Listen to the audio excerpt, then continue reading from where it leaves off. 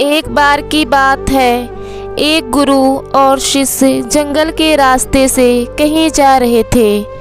तो रास्ते में शाम होने लगी और उनको पानी की प्यास लगी। तो पास में एक गांव आया और जैसे ही वो गांव में पहुँचे तो देखा कि एक झोपड़ी थी।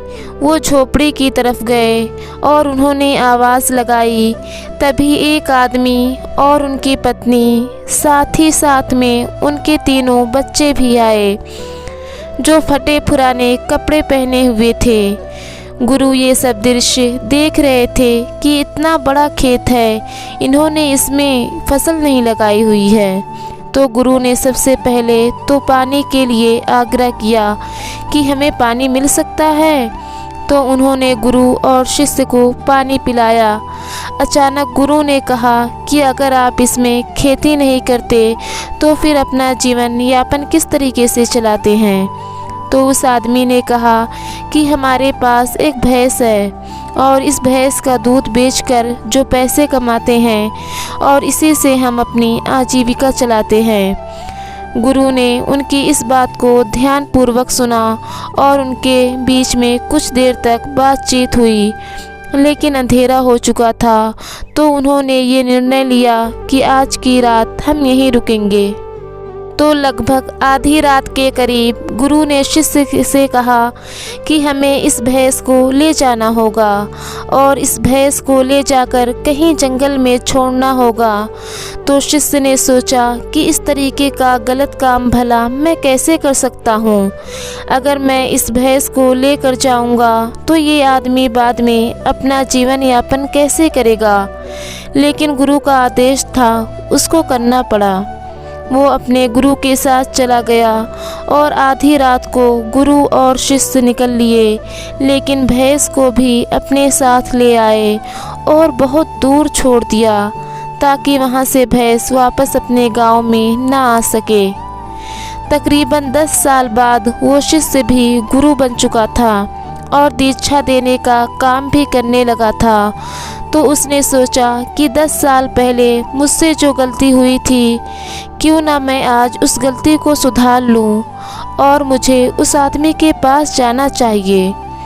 वो उस आदमी के पास जाता है, लेकिन वहाँ पहुंचकर वो देखता है कि खेत में फसलें लहलहा रही हैं और बागीचे लगे हुए हैं। वो सोचता है कि शायद हो सकता है कि वो आदमी अपना घर बार बेचकर, अपनी ज़मीन बेचकर शहर में कहीं चला गया हो। लेकिन तभी अचानक वो आदमी आया और उस गुरु को नमन करता है कि मैंने आपको पहचान लिया। बरसों पहले आप और आपके गुरु आए थे, लेकिन उस दिन रात को अचानक पता नहीं क्या हुआ कि हमारी भैंस हमें छोड़कर चली गई और अब हमें कोई दूसरा काम करना था जिससे हमारी आजीविका पुनः सुचारू रूप से चल सके। लेकिन हमारे पास कोई विकल्प नहीं था। तो मैं जंगल से लकड़ियाँ काट कर लाता था और उसी से अपना जीवन यापन करता था।